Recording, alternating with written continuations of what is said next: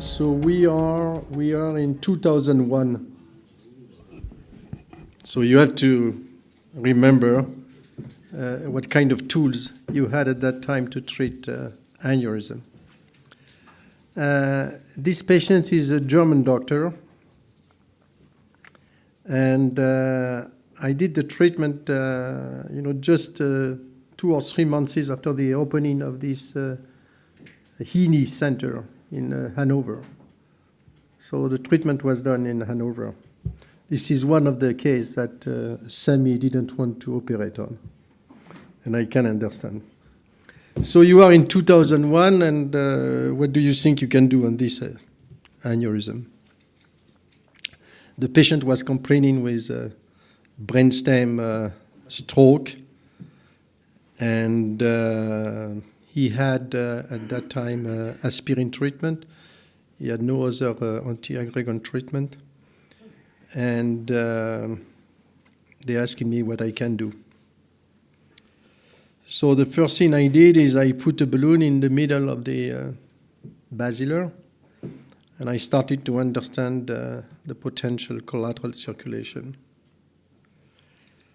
I noticed that there is a good PCOM, and the PCOM is just, giving rise to the upper part of the basilar, and the only thing that you can see is a superior cerebellar artery. And at the level where the balloon was, there was no other aspirator or vacuum territory. So I did different test occlusion, and the only thing I could say is this. So the patient had already some stroke on the brainstem. He was clinically intact at the time I did the test occlusion. During the test occlusion, which for me doesn't mean that much, because usually on the basilar it takes some time to happen. But nevertheless, it's an indication. So finally, what I decided to do is what you see here. I plug the lumen of the aneurysm. The reason why I did this is because, this patient was not that old, around 60, 61. And it doesn't look like, he had quite a bit of arteriosclerotic disease. So I was not sure that it was a dissecting aneurysm, but maybe it was, maybe it was not, maybe it was an arteriosclerotic one. I'm not so sure. Nevertheless, I decided to say it's potentially a mixing between some arteriosclerotic and dissecting without having any proof. It was just an expectation. And I decided to treat this aneurysm by occluding the pouch of the aneurysm because there is no question about the fact that when you got a dissection, you got the clinical damage and the anatomical damage at the time of the dissection. If there is no other clinical damage once a dissection has happened, it's because at the level of the dissection there is no functional perforators. So this is the safest place to occlude. So I plug the basilar with coils, as you can see.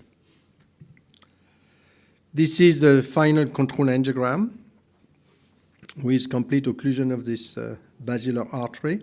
The pica has been preserved. Through some anastomosis, you have some venous drainage here, but there is no real refilling of the arteries of the cerebellum. So I was not so much happy when I saw the final result, because when you have a balloon, you can deflate the balloon and remove. When you take the decision, it's too late. So this is the 6 months control angiogram. As you can see, 6 months later, nothing has changed. It means that the patient doesn't need the portion of the basilar where the aneurysm is. So for a long time, we have been treating basilar aneurysm, dissecting or arteriosclerotic dolicho-mega artery by occluding the parent artery. The big concern is most of the time, those patients have no PCOM. But I think that at the time you have a patient with this kind of disease and a PCOM, it's one of the options. I'm not saying it is the option, I'm saying it's one of the options. I saw a presentation from a Chinese doctor at the Link Asia 2 years ago. And he presented a series of those arteriosclerotic dolichomega, basilar artery, aneurysm. And he has been using only LEO stent, which is not a flow diverter. So he was putting one LEO. Then a few weeks later, he was putting another LEO. And progressively, the flow was decreasing. And progressively, the basilar artery has been reconstructed. Not a perfect reconstruction, the kind of reconstruction you can get with a flow diverter, but a quite good redirecting of the flow with, some shrinking of the aneurysm and good clinical result. I don't remember his name, but I can look at the schedule, and we will see that. So maybe it's another option, going slowly, reconstructing the basilar artery progressively. And I remember, a case also that was presented by Saru. He put it the enterprise stent, several enterprise in a telescopic way. So the result was not extremely good, but on a long-term basis, it happens to be good, especially at the time that we have this double antiplatelets treatment and efficient treatment. So I keep on thinking, and you will see in my presentation, I keep on thinking that it's a way to do it, and we should not definitely forget about this technique. So this is just the point I wanted to make after the presentation. So Jacques, today, how would you treat this gentleman? The same. I would do the same. Okay, so now let's have a look at the purpose of today.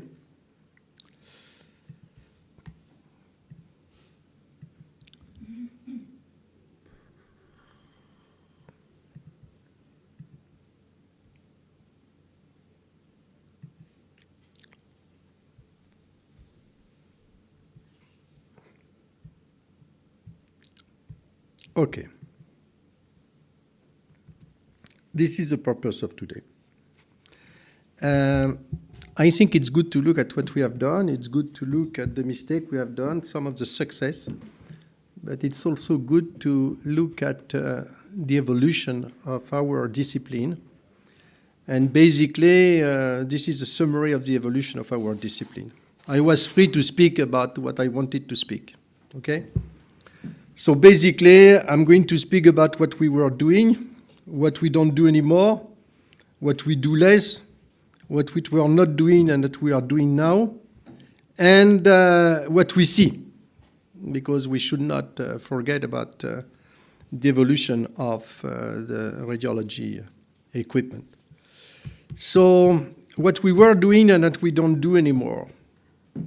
We don't use anymore detachable balloon. It was a big breakthrough for endovascular treatment, but we don't need any more detachable balloon. Something which is more strange is we don't need any more Trispan.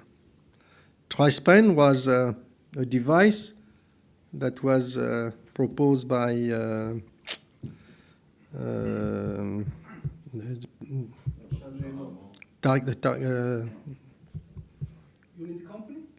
Boston.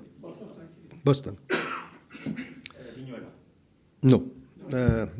Boston Scientific proposed the Trispan. So we don't do any more Trispan because they decided to stop the production of Trispan without trying to make this device evolve, which was a big mistake because it's 20 years ago. So we don't use any more detachable balloon. At least we don't use it in our environment. Because when you move to Vietnam, for example, they have something like 200 cc fistula per year to treat. And for money reason, they keep on doing the treatment of cc fistula with detachable balloon. And this is a big point. Today, if you have a young people a young patient with a CC fistula, delivering a balloon like that, inflated with iodine, detaching the balloon, it cost, let's say, 500 euros. We don't do it anymore. The clinical results were okay. The long-term follow-up were okay, despite the fact that 35 to 40% of those patients were presenting with false aneurysm after on a long-term basis because the pouch, the balloon was deflating, the pouch was refilled, but the CC fistula was gone. The most interesting is to know that those false aneurysms were never associated with cranial nerve palsy. So having a false aneurysm with no clinical sign and a CC fistula cured for 500 euro, it's not a bad thing. We could, in some difficult cases, you can see that the pictures are not that good because they were old films. You could put several balloons to finally succeed to fix one of the balloons at the point of the fistula itself.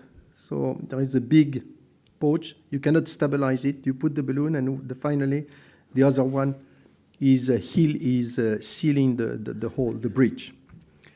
It's not easy because each time you put several balloons, they roll over themselves, and the stability is not that good.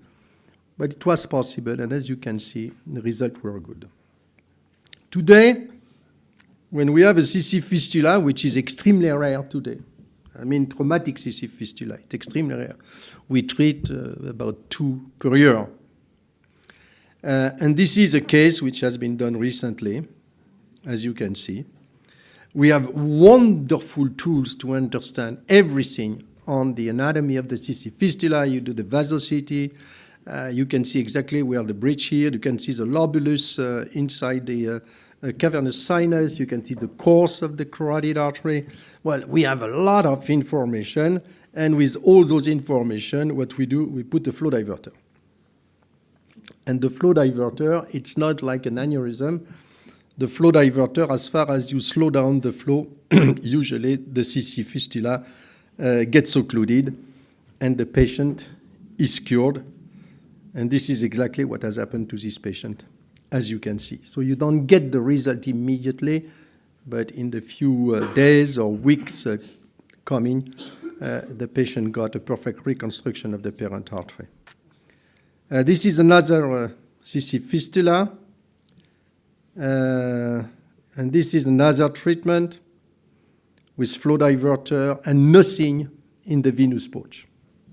So this is the way we treat it. Is it right? Is it wrong? At least it's easy. It's expensive, but it's easy, and the results are usually good. Nevertheless, for the purpose of education, I confess, for the purpose of education, I decided to do a CC fistula with detachable balloon. Recently. This was 2 years ago. So this is the CC fistula. It was extremely difficult to stabilize one of the balloons at the level of the breech. And at the end of the treatment, the best I could get is this. So the flow was more or less reduced because the carotid artery has now a downstream flow, but there is still a leakage. And I was expecting, probably having a complete cure of this CC fistula by thrombosis of the venous system. It didn't happen. So finally, I ended the procedure with flow diverter and onyx injection, or I don't remember, maybe squid, inside the pouch, around the balloon, to finally get this one.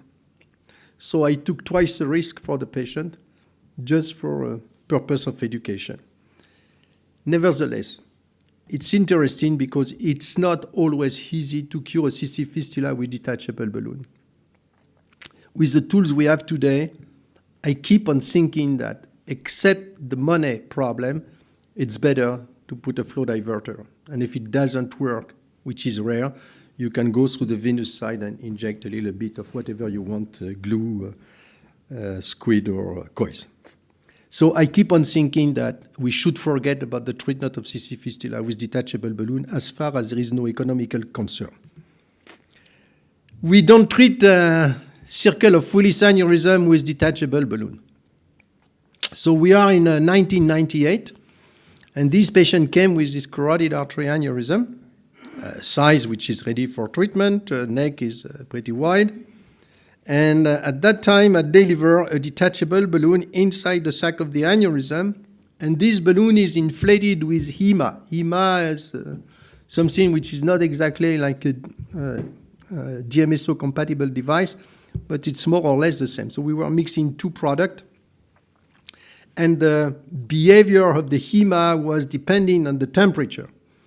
So at the level of 37 degrees, usually the HEMA takes an average of 20 minutes to get solidified. So my father was a baker, and he was doing also some pastry. So pastry means chocolate, and to control the chocolate, he had this very special, bain-marie with a very precise temperature control. So I had a bain-marie in the angio suite. I was putting a sample of the balloon in the bain-marie and waiting for the solidification. When the sample in the bain-marie was getting hard, I said, okay, the sample inside the aneurysm of the patient is also hard, so I could detach the balloon. So I detach the balloon, and this is the control angiogram I have. There is some dye around. We are in 1998. Okay, so let's have a look at the long-term follow-up. This is February 91. The treatment was done in July 98. February 91, 7 months later, nothing special. I was a little bit anxious, so I did another control angiogram a year and a half later, in 1991. There is a remnant of the aneurysm. Then I did another one in 2000. Then I did another one in 2002. Do you see a modification? Maybe a slight improvement. So I continued, and then I did a very long-term follow-up, which is 18 years later. And this is the same patient, 18 years later. Is it a failure or is it a success? It's a success. It's not a cosmetic success, but regarding the aneurysm, it is a success. And think about what we are doing today. Today we are putting coils and we have remnant. We are putting a web and we have remnant. Should we keep on treating those remnants unless you have the proof on a long-term basis that nothing changed? And this is a good opportunity. It's the same kind of philosophy of treatment, and we have this kind of long-term follow-up. So we have to be confident with our indication. The goal is to avoid the patient having a bleed. If we can get this result with no bleed, it doesn't make sense to try to push to get a perfect cosmetic result. So this is one of the messages. For me, these kind of things that we see with coils and that we see with web is what I can call, or I call, the new anatomy, as far as there is no modification. In addition to that, this balloon treatment of aneurysm and the web is easy to control with MR. There is absolutely zero artifact, so you can do a very nice, just a regular MR, and you have a perfect control of the long-term anatomy. Trispan. Trispan, this is, the first endosaccular device that was designed to control the neck of the aneurysm. You have 3 petals. You were developing the 3 petals inside the sac of the aneurysm, and then you go through the petals and you put the coils. So this was the trispan. You have the view of the trispan. You have the marker on the petals, and then you deliver the coils in the middle. And you can get this kind of result. Honestly, with the new technology, it's not a bad thing. Plus, in addition to that, you can put coils, or you can put another material, whatever you want, and you get a good basket at the neck. And this is basically what the Piconus is doing. This is basically what the contour is doing. So, it's not new. This is more than 20 years ago. The decision of the Boston company, Stryker today, was stupid. And very frequently, the decision of the company are stupid because they are only directed through money and not through the improvement of the quality of our business. Nevertheless, it is not that new. So what we were doing and what we don't do anymore at all. We don't use anymore round balloon for the remodeling, which is for me a big mistake. Why? Because the round balloon doesn't block the flow. The round balloon gives the support at the level of the neck, and you can use this support to deliver coils in the sac of the aneurysm without flow arrest, which means that you can keep the balloon inflated up to the end of the treatment, and then you deflate and you forget about the injection, the supply of the flow. So this is an example. Look at this large neck aneurysm. A small round balloon is located here, as you can see here. And just because of this, the coils are maintained in the sac of the aneurysm. And this is the result at the very end. We don't do better with the over-the-wire balloon. But in addition to that, with an over-the-wire balloon, you have to deflate it every 5 minutes to give flow back, and then to reopen the flow and give supply to the brain. So I think it's a concern. We don't use round balloon anymore to treat selectively aneurysm where branches are rising from the sac of the aneurysm. This is a typical example.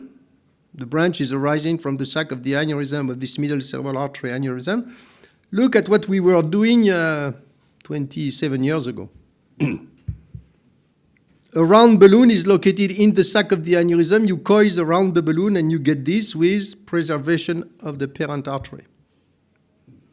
We don't do that anymore. Look at this one.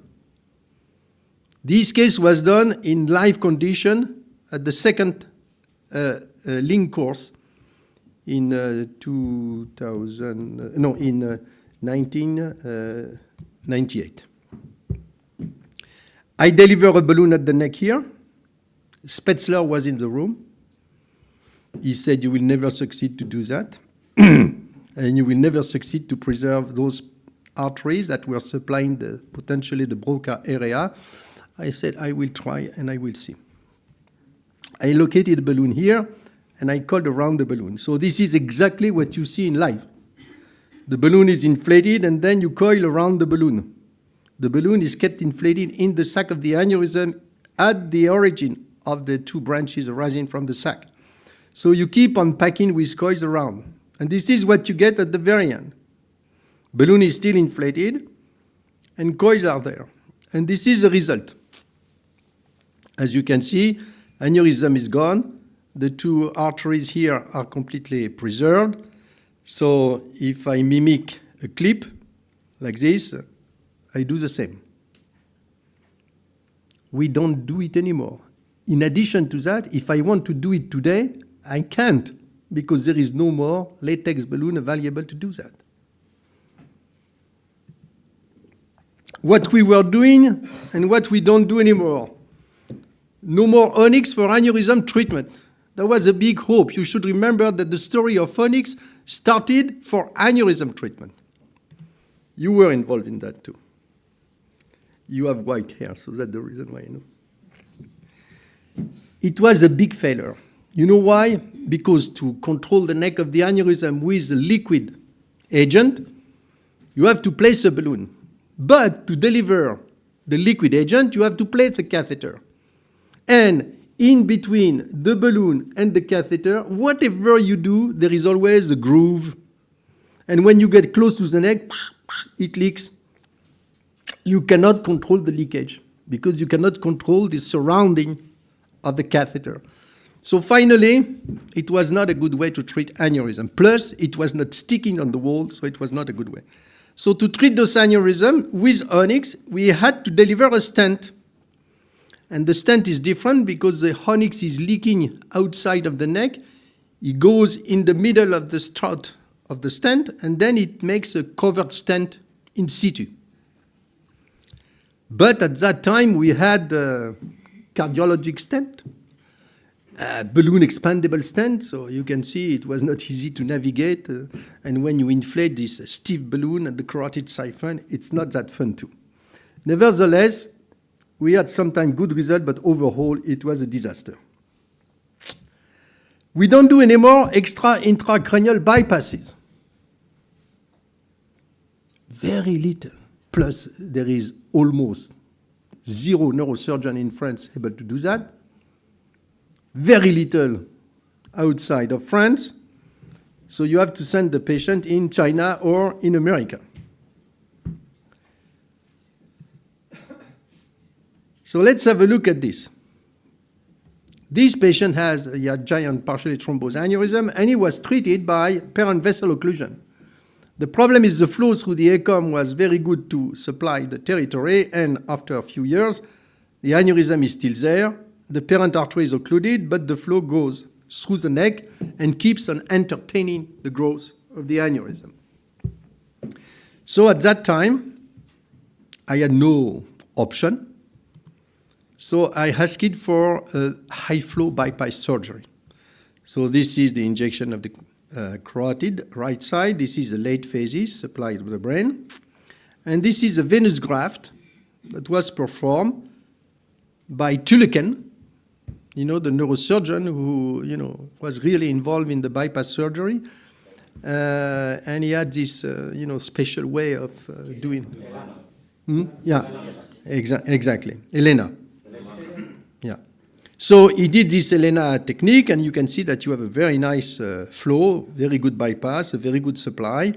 And then I was supposed to put some coils in the sac of the aneurysm or occluding the A1 territory. When I did the control angiogram after a few weeks after the bypass surgery, this is what I saw.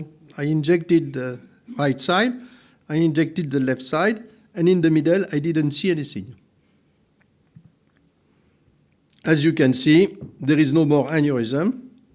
Why? Just because the modification of the direction of the flow has led to complete occlusion of the aneurysm. So because the carotid was occluded, because the bypass was really patent and doing a good job, we just cured this aneurysm. But today, we don't do that anymore because we have the flow diverter. So what do we do today?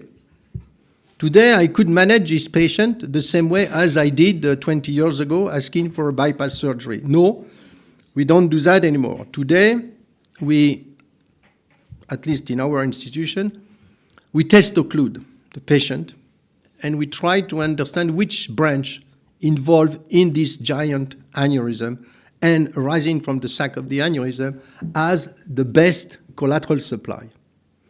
When we have this information, then we bridge the territory which has the best collateral supply.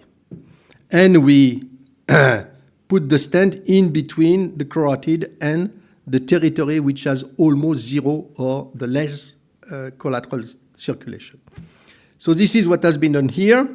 The parent artery has been reconstructed by several stents, a scaffolding stent, then flow diverter stent, 3 silk in the middle. So think about this patient as 4 stents, 1 long Leo, 3 silk in the middle. It's expensive for the social security system. Huh? And this is the evolution. As you can see, 14 months later. And this is 20 months later. And this is the branch which was supposed to be occluded on a long-term basis, but which is no more, which is still patent. Compared to what it was before. So you can see that the sac has completely reduced, 2 disappeared, but the parent artery has been reconstructed. Don't ask me why, but this is what the pictures show. This patient is fine and happy. So we don't ask for bypass surgery anymore. what we were doing and what we do less and less, particles embolization. I haven't seen a single particles embolization in the department for the last 8 or 10 years. We don't do particles embolization anymore. What do we do? This is what we were doing 30 years ago. Nasopharyngeal angiofibroma with the huge recurrences at the base of the skull, which has been several times operated upon, which has a lot of supply from the carotid siphon, as you can see here, and of course, big supply from the internal maxillary artery. This is early phase, this is late phase. So what we were doing at that time, we were occluding the carotid artery by detachable balloon, as you can see, for 2 reasons. To avoid potential dangerous anastomosis, theoretical, these particles, I don't see too much a big deal. But more important is, when you stop the flow from one source, you increase the flow from the other one. So let's have a look at this is before the occlusion of the carotid, and this is after the occlusion of the carotid. So you change the flow, and this is only depending on the internal maxillary artery. So you have a better access to the body of the tumor, and this is what we were doing, injecting particles in the internal maxillary without occluding the internal maxillary, taking a lot of time to diffuse the particles in the body, and we got this. We don't do that anymore. Now we use direct approach, direct stick, whatever the location at the base of the skull. And I think this is much more interesting than treating an aneurysm, believe me. So we have several approaches to do that. The sigmoid notch approach, which is the easiest one. Sigmoid notch is this one. Easy to recognize, easy to see on the fluoro, on the lateral view. So you just feel it, you just look it at the lateral view, and then you put a needle, a short one, with a big hole, 14G needle, through the notch and through the muscle. And then you take a 22 gauge lumbar puncture needle, and then you go wherever you want. This is what you can do. You can get access to the opposite side. You can get access to the ipsilateral side. You can enter the cavernous sinus. You can enter the sigmoid, the sphenoid sinus. You have access to all the base of the skull. As far as you change a little bit the orientation of the needle, you can go up, you can go down, you can get access to lower in the rhinopharynx. It's an extremely good approach. Let's have a look at this. This patient had a recurrent nasopharyngeal angiofibroma several times operated upon. This is post-gadolinium MR, and you can see that the sphenoid sinus and the cavernous sinus is invaded by the tumor. Let's have a look at the external carotid and internal carotid injection. External carotid, you cannot recognize anything because he was operated upon several times. He had a lot of embolization, particles embolization. And there is obviously a lot of flow coming from the internal carotid artery too. So what we do, we put a balloon in the carotid siphon because we use glue, diluted glue. So with the diluted glue, you have an extremely easy retrograde migration of the glue, so we want to protect it. So this balloon is not detached. It's a balloon which you can deflate and remove. When the balloon has been detached, you go from this sigmoid notch approach. And you can see here, you have the big needle going through the notch and the muscle, and then the lumbar puncture needle, and then with the small needle, you can bend, you can turn, you can incline, you can change the direction, and then you get access to the body of the tumor with the lumbar puncture needle. You do an injection, you are in the vascular bed of the tumor, and when you are in the vascular bed of the tumor, piece of cake. You push. Look at this. This is the cast of glue. If you compare it to what you see on the gadolinium MR, it's exactly the same. When you remove the needle, you keep on injecting on the cross, on the track of the needle, a little bit of glue to avoid any leakage. And this is what you get before, after. We haven't touched a single vessel, just with a direct stick. Let's have a look at this paraganglioma. It's much more difficult because this is at the level of the jugular foramen. It's a much more difficult way to get access to. This is the angiogram, jugular foramen, a little bit of the tense nerve. Very frequently they are associated. And now we have this wonderful tool which is called Hyperglide. So you merge the angiogram and the VasoCT on the table, and then you have this. So you have the tumor here on the sagittal, frontal, axial. What do you do after that? You take a virtual needle. You change the windowing. When you change the windowing, you see the bone. And then you select the course of the needle that you want to use to get access to the body. So you select the anatomy you want to go through. Once you have selected that, you change again the needle and you can see what's happening inside. So you follow the course of the virtual needle up to the point where the tumor is. As far as you got this, the only thing you have to do is you follow the virtual needle with the real needle. Bingo. You got right in the middle of the body of the tumor, one needle, sometimes another one. The most important thing is you never remove the first needle because it gives the same course. So you put another one if you want later on. Most of the time wasn't enough.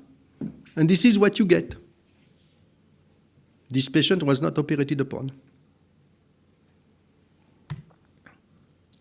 We can do more. Look at this, hemangioblastoma.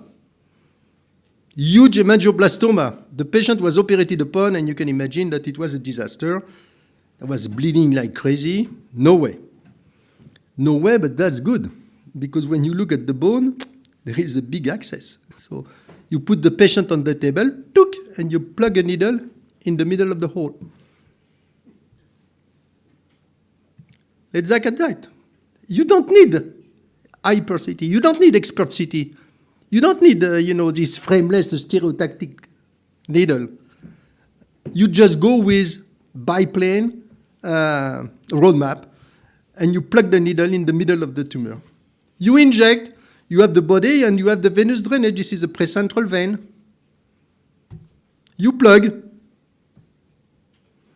You inject a little bit when you exit to be clean. It's dirty to leave a little bit of blood around. So you inject a little bit of glue, and this is what you get.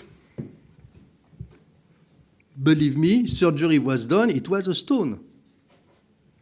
Nothing. What we were doing, what we do less and less. We don't do any parent vessel occlusion anymore. 9 years old lady with this giant aneurysm, partially thrombosed. Look at that. She lost her carotid artery, but this was 25 years ago. There was no other way to do it. Look at this one. Not easy to treat today, too. Based on the fact that I believe that this is a dissecting aneurysm, I believe that the patient got the complication at the time of the dissection. I believe that the sac of the aneurysm at the level of the bifurcation is a non-functional portion of the artery. Despite the fact that this is the upper part of the basilar, what did I do? I plug with coils. Wonderful result, perfect clinical evolution. So parent vessel occlusion has still some indication. If I had to do this case today, I would do exactly the same, because I'm not convinced that the flow diverter will do better in this condition. Let's have a look at this one. Today you see something like that, flow diverter, you schedule 30 minutes of procedure, and that's it. And then the result is depending on God, for those who believe in God, because you never know how the aneurysm is going to behave, how this proteolytic enzyme release will happen or not. And this is a very good example for me to show you how to play with the vacuum territory to increase or decrease the reversal of the flow and the aspiration. You have this ICA, you have here another one, you have the pica here, and you can play, depending on the site of the occlusion, to increase or decrease the flow. So what I did, I delivered the balloon at this level, here at the base of the basilar. Why at the base of the basilar? Because at this level there is no perforators. So this is what I see. You put it at the base, and you can see that it's enough to have a good reversal of the flow up to the pica on the other side. This is during the test occlusion, the patient is sleeping on the table. When you have this, you can be sure that the flow will keep on going because this territory is aspirating. So you will keep the flow in the vessel. You keep the flow in the vessel, you decrease the flow, and you change completely the direction of the flow. As far as we know for a long time, at least 30 years, that there is this proteolytic enzyme release, we decided to also put some coils inside the sac of the aneurysm. So we put coils, understanding the information we got from the test occlusion, we plug the base of the aneurysm permanently with coils, and this is what we got immediately after the treatment, and this is 8 months later. Look at that. The basilar is refilled retrogradely due to the aspiration of the pica. Aneurysm is gone. So we can do things very simply just using the reorganization of the flow in direction and in pressure. What we were doing and what we do less and less, no more or few Y balloon remodeling. I was very proud to do this balloon remodeling a long time ago for this Y-neck bifurcation aneurysm. Like you can see here, you put 2 balloons, you put coils in the middle, and then you reconstruct the basilar division, and then you have this 1 year later. Control angiogram was done elsewhere. It's not exactly the same quality, but you can see that, we got a very good result. We were doing those remodeling with Y balloon stenting, not Y balloon configuration. In this patient, in emergency, Y-neck aneurysm, middle cerebral artery bifurcation. As you can see here, Y balloon remodeling, coiling in the middle, good reconstruction of the neck of the aneurysm. Another one, but this one today. Who is going to do a Y balloon remodeling today? Nobody? Some in ruptured cases. Every aneurysm with balloon. No, balloon remodeling. Why balloon remodeling? Why? I'm speaking about why. Not remodeling. Why? Who is doing this? Today, if you want to treat this patient in emergency, you put a balloon, you put coils, you wait, and then 2 months later when the patient is fine, you put a stent. Okay? This one done because it was not in emergency, so we even didn't think about doing this Y remodeling balloon. We just put a stent, like that. And we got this nice result, as you can see.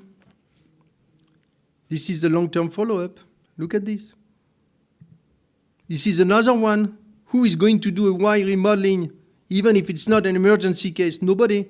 You can do it with braided stent. This is another case with braided stent.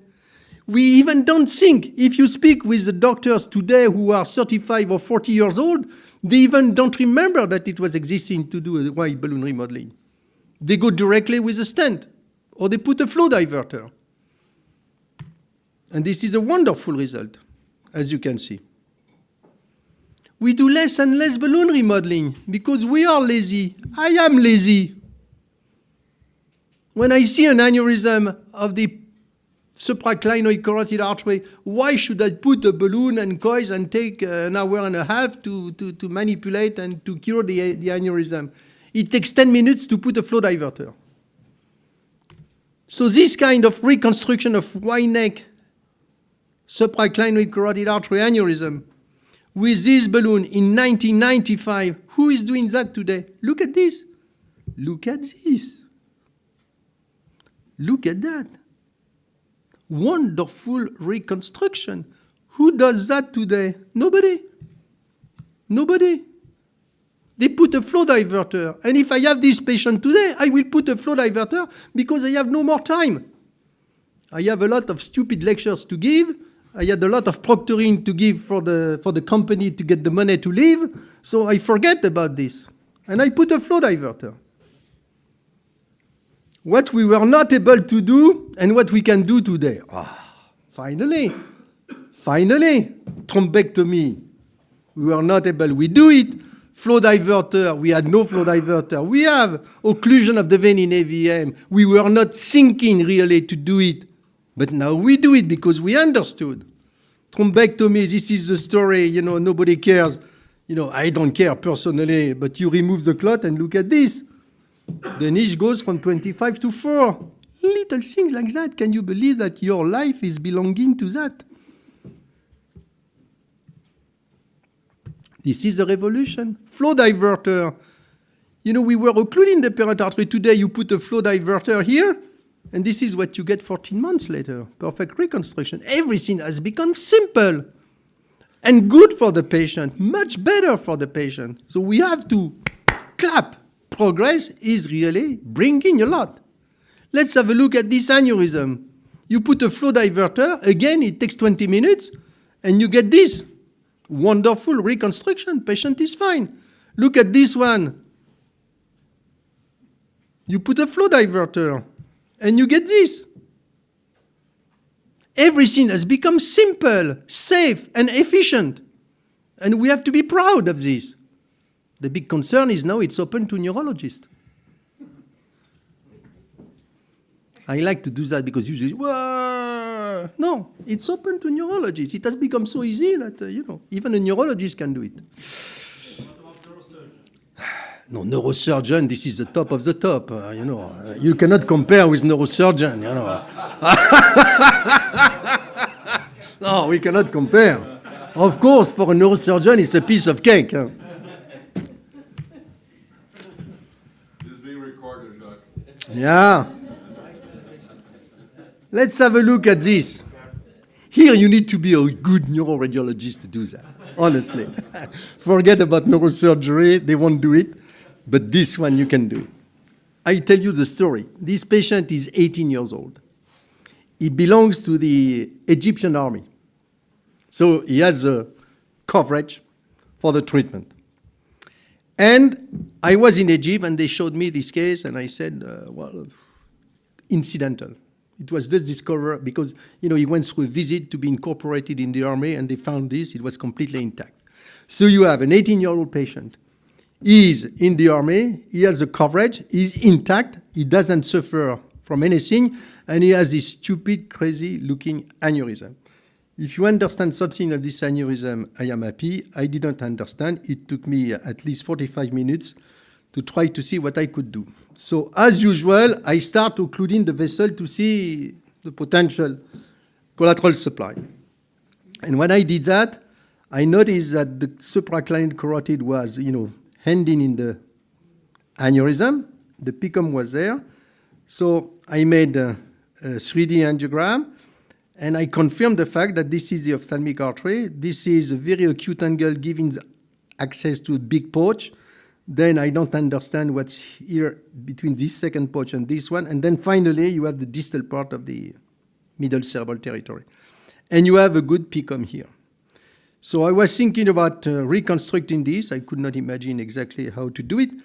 But I was thinking that if I come from the carotid, which is here, there is a very tight angle, and I have a chance to probably kink the stent without seeing too much. So I said the angle is much softer and smoother if I come from the posterior circulation. So this is what I did. I came from the posterior circulation, I navigated in the two pouches, and I reconstructed this vessel that I was not really understanding too much. To do so, you need a little bit of practice. It's not the problem. You need strategy. And the strategy is, instead of starting from the distal, what most of the people do, you have to start from the proximal. Why? Because if something happens when you deliver the stent and you lose the lumen of the stent, forget, you cannot go back if you start from distal. If you start from proximal, you can always go through the stent and then find the exit inside the aneurysm. But if the stent is in the sac, it's extremely difficult to capture it. So I did that from the beginning to the end, and look at that. 3 stents to reconstruct this parent artery. Then I told the patient, you take your antiplatelets treatment and everything is fine, and we do a control angiogram 6 months later. So this is a control angiogram 6 months later, as you can see, compared to what it was, perfect reconstruction. Aneurysm is gone, vessel has been reconstructed, everything is fine. So I said to the patient, stop antiplatelets. And he said, which antiplatelets? He didn't take a single antiplatelets treatment. 2 days after the treatment, he stopped everything. So now you can explain me why this patient didn't thrombose. I don't know, but this is a fact. Nevertheless, it's a wonderful result. And now we have the web. So the web is fancy because it's easy, it's safe, it's nice. And, but it's not a new concept. The coils is occluding the sac from inside, and the web is occluding what we were doing with the balloon, despite the fact that it's extremely easy to do. And again, even a neurologist can do it. You navigate in this aneurysm, you deliver it, look at this, and it's easy, honestly. Plus, the beauty, you can do just an MR, there is 0 artifact, and you have a perfect control of what's happening at the neck of the aneurysm. So honestly, it's not a big deal, and I love this. You can even treat aneurysms that are not really suitable for web. As far as you mixed what we know, which is the balloon, if you do remodeling with the web, it works very nicely. Look at this one. The bifurcation is not that easy. There is narrowing of the vessel here. Nevertheless, you can deliver a balloon. You can deliver the web. You can control potentially the delivery of the web when the balloon is inflated here, progressively. And this is what you get at the end of the treatment. The aneurysm is still visible. Then you can compare, the vasosity before and after the detachment, and you can even compare the slight modification of the positioning of the web before and after the treatment, because, the concern is when you are dealing with such a big aneurysm, the 27 catheter is a little stiff, and it changes a little bit the orientation and the anatomy of the vessel. So when you remove it, everything comes back to its normal anatomy, and sometimes the web or the device is moving a little bit. So you can see that between the red and the white, there is some modification. You can also see that it's a very compliant disease. Due to the constraint of the balloon, you can modify the shape of the web inside the sac of the aneurysm. So this is a 3 months follow-up. It's a rather recent case. So now it has become routine. You can treat all kind of aneurysm with the web. I'm not saying that this is what you should do, but this is what you can do, even small one, even in emergency, as everybody know. And the beauty again is this is 2 years follow-up. As you can see, angio-MR is absolutely perfect, and the neck of the aneurysm is gone. Now let's have a look at a summary of what has happened. This is the beginning, parent vessel occlusion, balloon selective occlusion, coils, blah, blah, blah, blah, blah, blah, blah, blah, blah, and this is the years. Up to 2015, when the last evolution, which is not an evolution really, the disruption coils, which is a commercial intoxication, happened in 2015. We can say that this is obsolete, more or less. This is completely obsolete. Nobody is doing balloon selective occlusion of aneurysm. This is a mature technique. Coils, self-expanding laser cut, balloon braided stent, flow diverter. This is mature technology. There is no question about it. And this is still under evaluation. Web, artist, or flow disruption, which is almost gone. It's beautiful, but look at this mature tool. There is no comparative study to evaluate the result. How do you train the young neurosurgeon, neuroradiologist, neurologist to do the treatment, understanding that all what you say has no scientific basis? no comparative study. And it will never happen because comparative study means comparing result of a given device from a given company. I bet that it will be exactly the same with this technology under evaluation. So I don't blame this fact, but it's a fact, and we have to know that this is what's happening today. Then we got this information that the venous occlusion is the way to get a complete occlusion of the AVM according to time. It came after a lot of complication, and it started exactly for me 12 years ago. Now we occlude the vein each time we occlude the nidus. So we plug the nut and we occlude the vein. Most of the time from the artery, it's easy. When it's not, I go from the vein or I use arterial and venous approach. So these are regular aneurysm. There is no real concern to get through the vein, but it is extremely easy to do the same job going from the artery as far as you occlude the vein, as you can see here. So you have your goal. It's very simple. You follow the goal. This is not easy to get access from the artery, so you go from the vein. The only thing that you can really see, it's a deep venous system, and you cannot really approach this malformation. So you go from the vein. Venous approach is not the concern. The concern is occluding the vein. Frequently, we use arterial and venous approach to be sure that this is what I call the sandwich technique. One from the artery, one from the vein. So you get access from the artery, you get access from one of the venous drainage. To do so, you understand on the 3D angiogram which one you can selectively catheterize.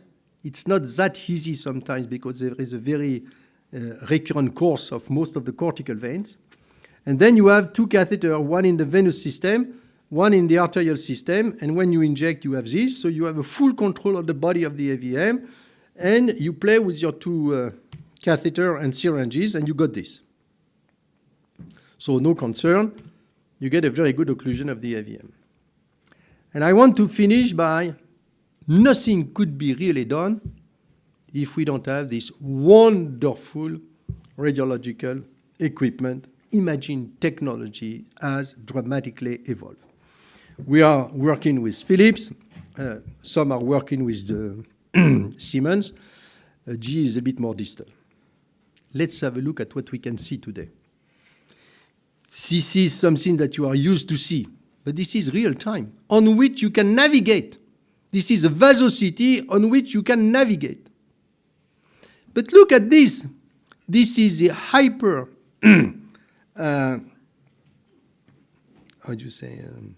high definition VASO-CT, where you can see all those vascular space of the perforator of the brainstem and the medulla. Of course, the device is extremely easy to see. You can even reconstruct the device on a straightened reformation. You can understand the flow in real time. It's not that difficult. It's just a program to use. And now let's have a look what we can compare from the Salomon book and from what we see from this high quality, high definition VASO-CT, perforators in the brainstem. Look at the cerebellum, perivascular space of all the cerebellum. Look at that. Look at that. And look at this. This is one of the pictures of the book of Pierre, and this is what you can see now when you do an angiogram of the spinal cord. Look at that. This is incredible, and we have to be extremely proud of this technology because it gives such an amount of information. Think about using this perivascular space visualization for stroke patient. Everything that happens for nourishing the brain happened in the perivascular space. If you can understand that there is, for example, modification of the perivascular space, and you can correlate the follow-up with this modification of the perivascular space, it would be a big, big input, probably much better than understanding diffusion and perfusion. So 40 years of constant excitement, innovation, you see how excited I am, but it keeps you young. Believe me. So the progress is constant, and the beauty is that it does happen even if we don't understand everything of what we do. That's something that we have also to accept. Thank you.